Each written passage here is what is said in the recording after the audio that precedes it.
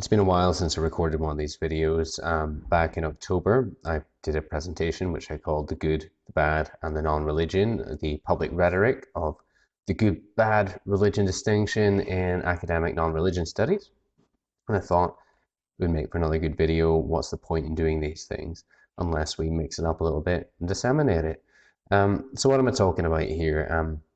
The first decade of the 21st century has seen a rise in what Aaron Hughes has dubbed the rhetoric of authenticity in public discourse about religion, whereby good religion is apparently, when people talk about what is good religion, it's egalitarian, progressive, pluralistic, democratic, and so on.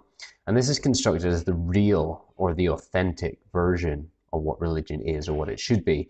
And it's set against its dichotomous opposite, therefore, bad religion, right? And in this video, what I'm going to be talking about is I'm going to be placing academic scholarship on this rhetoric into conversation with my own work on non-religion. And I'll first of all introduce the rhetoric before briefly demonstrating that it manifests in public discourse on good and bad non-religion. Also, I'll then dive into Aaron Hughes' critique of the rhetoric within religious studies, particularly in his case what he calls Islamic religious studies, before demonstrating that this critique can also be applied to non-religion studies, for want of a better term, including, of course, to my own work. And I'll then conclude the video by pointing to why this matters. I'm in my office at the moment, which is right beside me in public thoroughfare in Edinburgh, so there'll be perhaps a lot of background noise, but hopefully this clip-on mic will keep things going. Some topics that immediately came to mind that I'm not going to be talking about are, first of all, the strategic imitation of good religious organizations, structures, perhaps on the part of, say, humanist organizations. I'm also not going to be talking about Sergio Leone's 1966, The Good, the Bad, and the Ugly, much as I like it. I'm also not going to be talking about the work of legendary American punk rock band Bad Religion, 1980 to present. However, I am a fan, I do have research plans in this area, and I'm going to intersperse Bad Religion related images throughout this presentation just for the heck of it. And I'll maybe end perhaps with something from them too. We shall see. But the dubious rhetoric of there being good versions of religion and bad versions of it was particularly popularized in the political sphere by UK Prime Minister Tony Blair, for example. This constructs good religion as something that conforms to and doesn't challenge liberal secular principles.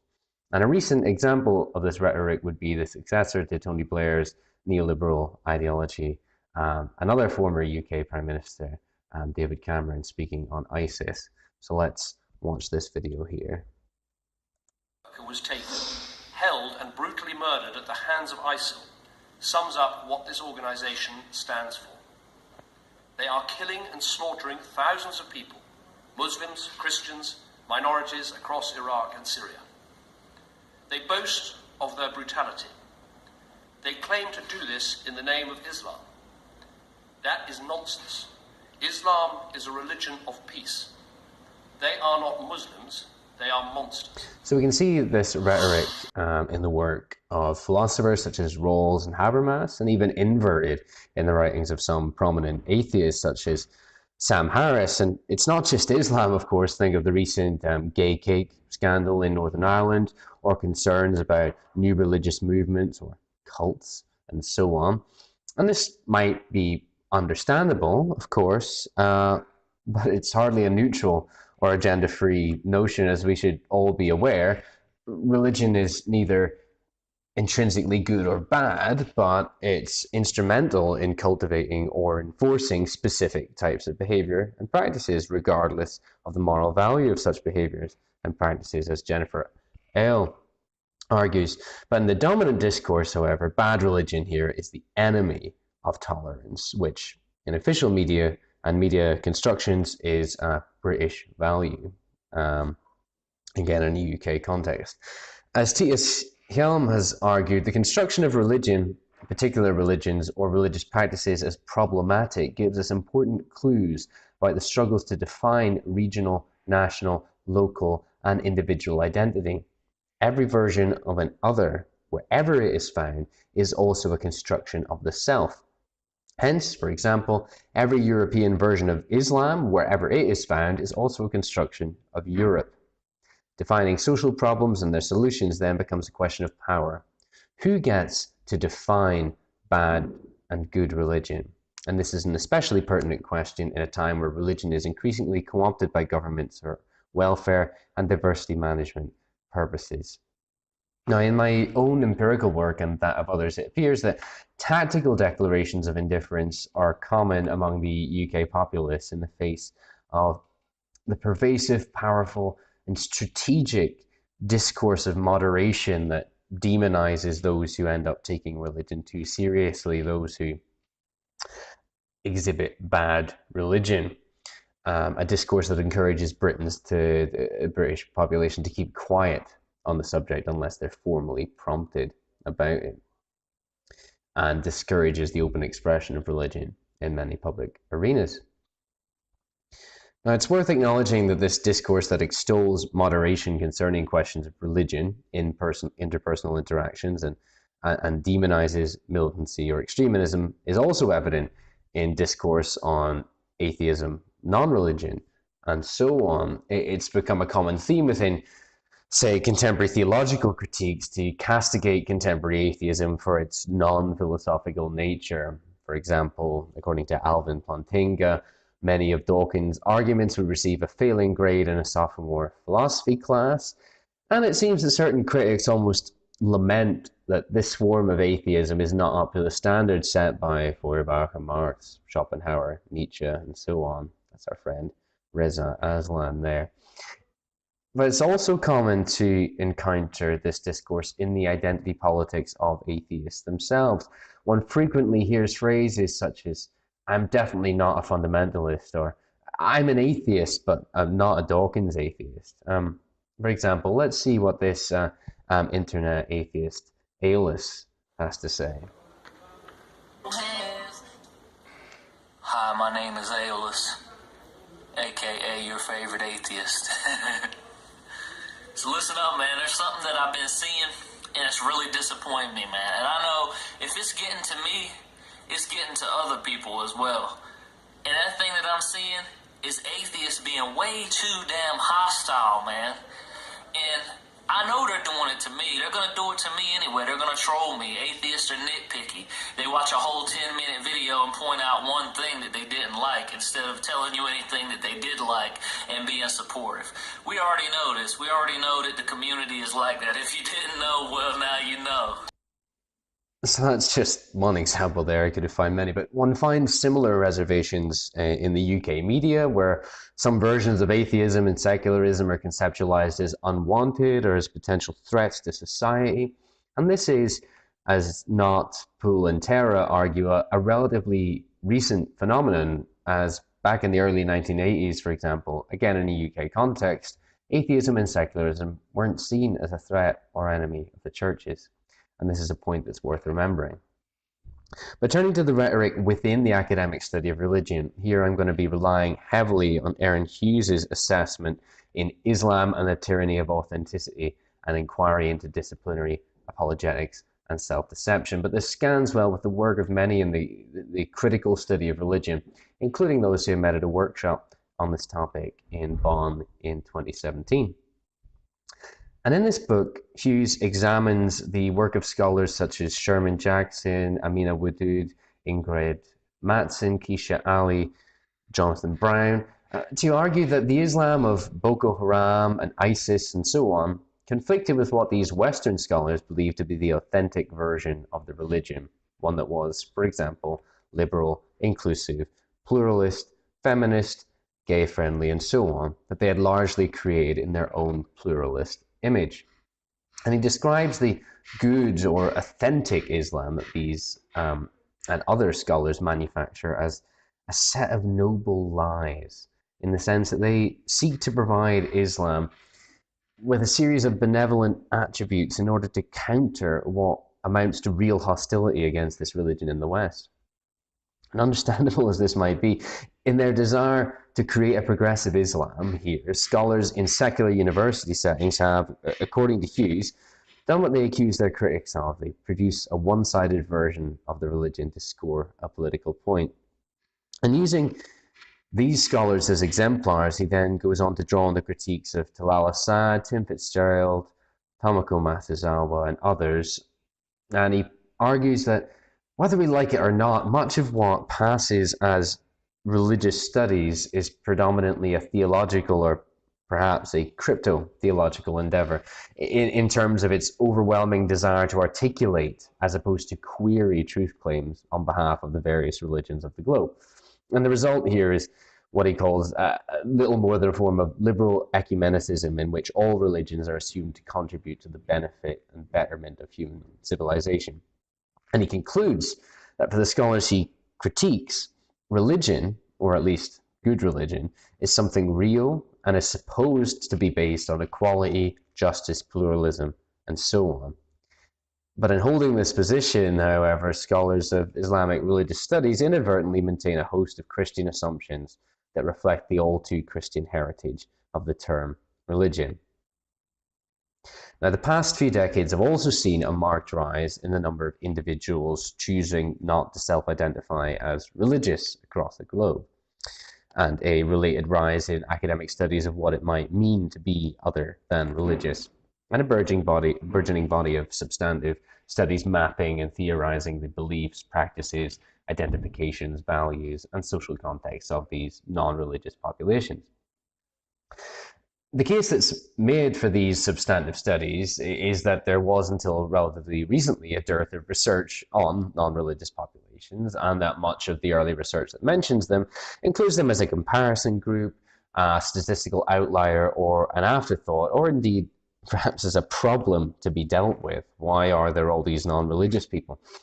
And indeed, this seems to hold for a body of work largely within the sociology of religion, which acknowledges the non-religious, but which pays them little attention or treats them as a monolithic minority position alongside other minority groups as a residual category or a minority abnormality. In other words, until recently, the majority of acknowledgements of the other than religious occurred in a framework dominated by secularization theory and focused upon religion as something substantial and interesting, as opposed to the insubstantial, empty baseline norm that remains when religion's removed from the question. And this amounts to what Hughes and others would describe as a reification of the religious, as if it somehow existed independently from more social or political, in other words, mundane concerns. And this also constructs scholars as rational outsiders studying some bounded phenomenon known as religion that we can put under the microscope and examine. However, there now exist numerous large-scale social surveys which can be taken to show that the non-religious are a numerically significant religious group. If smaller groups are deemed to be worthy of study, then, so the argument goes, shouldn't the same attention be directed towards the non-religious? We thus find a growing body of work focusing on the nones, or aiming to substantiate what it means to be other than religious, and much of this work has a great deal to offer in terms of our understanding of identity formation, ritual, parenting, politics, gender, material culture, and more. It can also be roundly criticized from a critical perspective, and see my blog post from September about this, for constructing a social group, repeating and reinforcing a world religions model with all of its attendant problems, and by imagining that either side of a constructed religion, non-religion binary can be addressed as a research topic. But my focus here is on how many of these studies implicitly or not so implicitly buy into the good religion, bad religion discourse.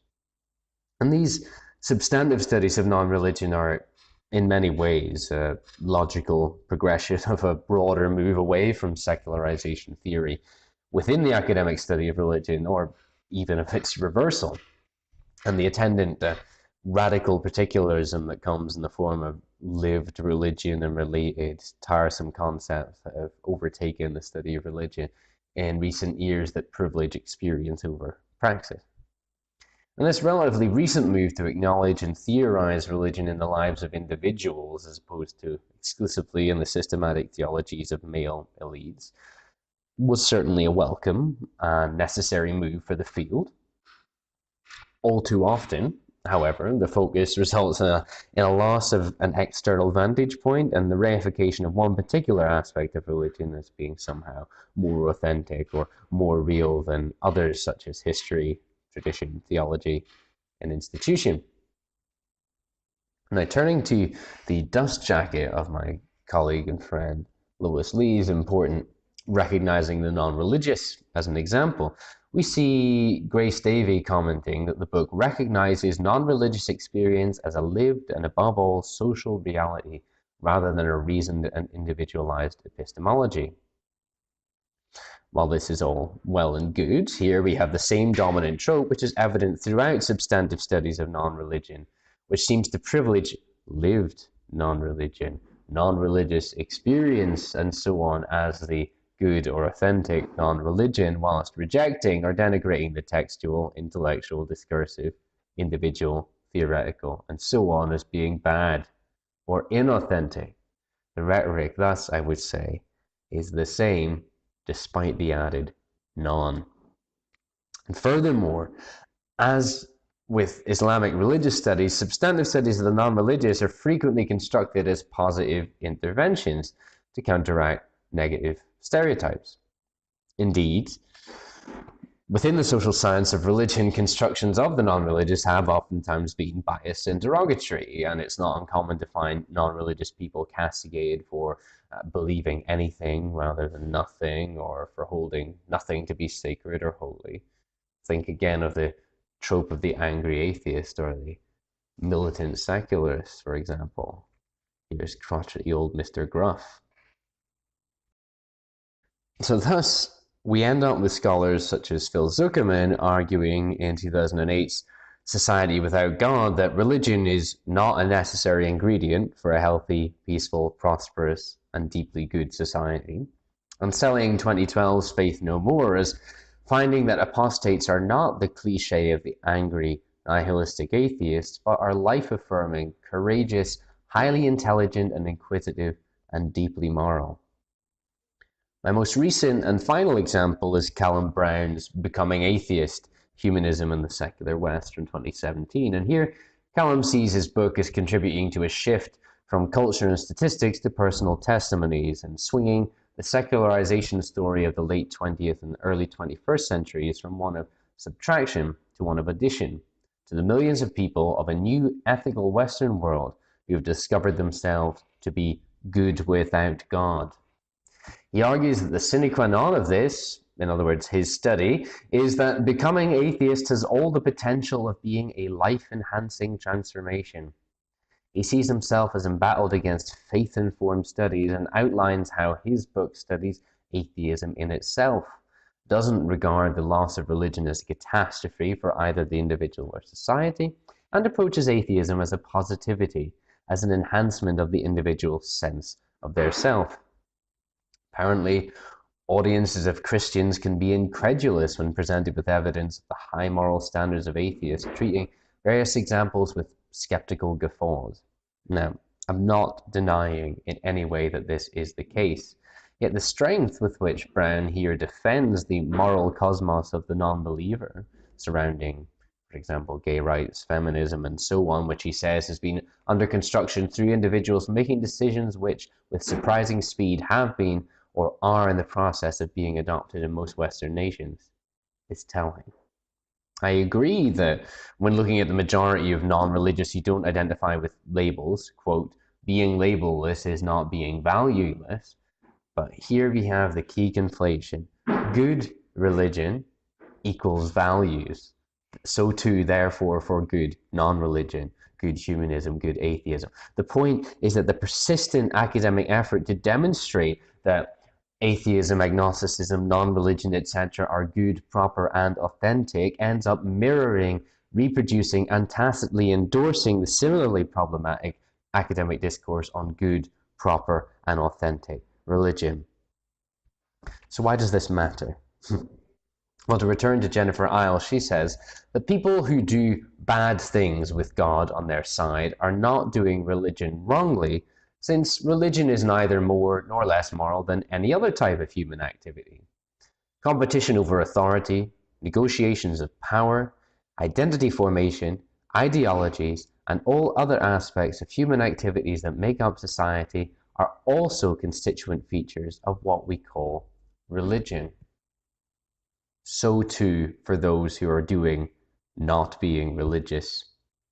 I've been arguing in this video that there are similar processes occurring within non-religion studies surrounding the rhetoric of good, authentic, or bad, inauthentic religion, as Hughes has highlighted within Islamic religious studies.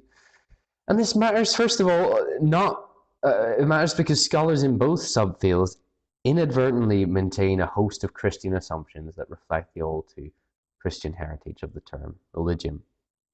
Religion is a problematic and contested category.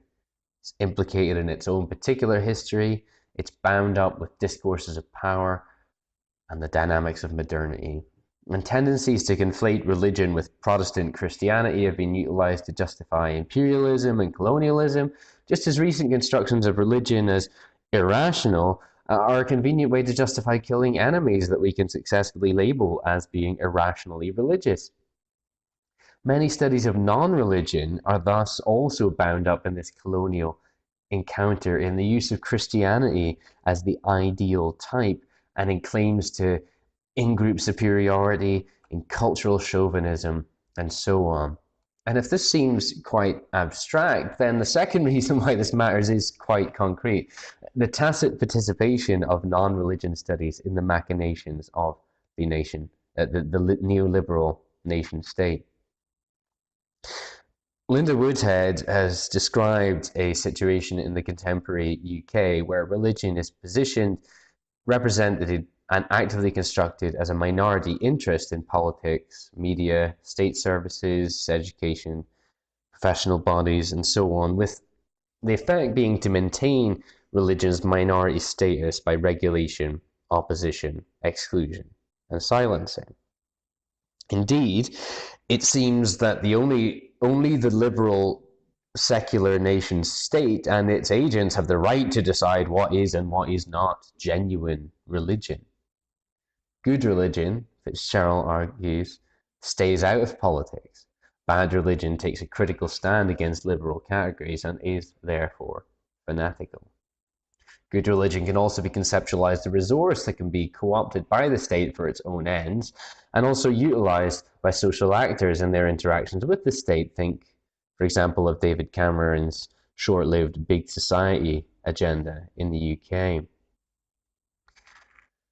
Recent decades have also seen a continued shift from the communal to the individual, with institutions being invested with less authority, with religion being viewed as a field in which individuals engage in choice, and the more open and individualized language of spirituality, in other words, what is good religion now, being preferred over the rigidity and traditionalism of bad institutional religion.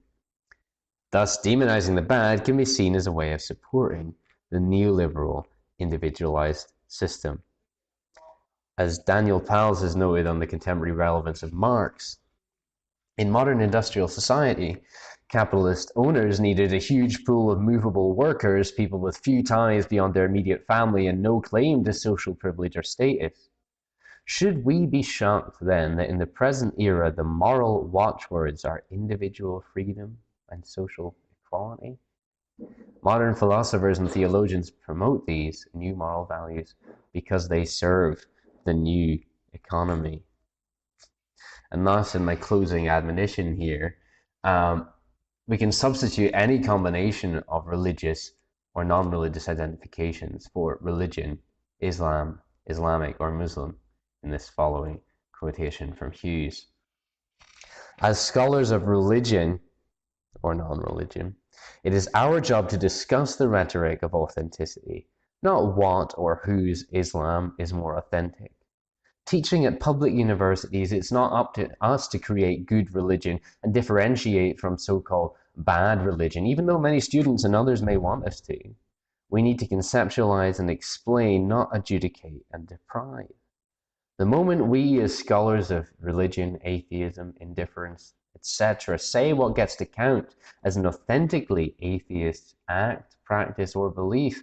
All those who do not ascribe to them cease to be objects of study. And in doing so, we actually end up depriving these actors, whether existing synchronically or diachronically, their agency. Thanks for watching.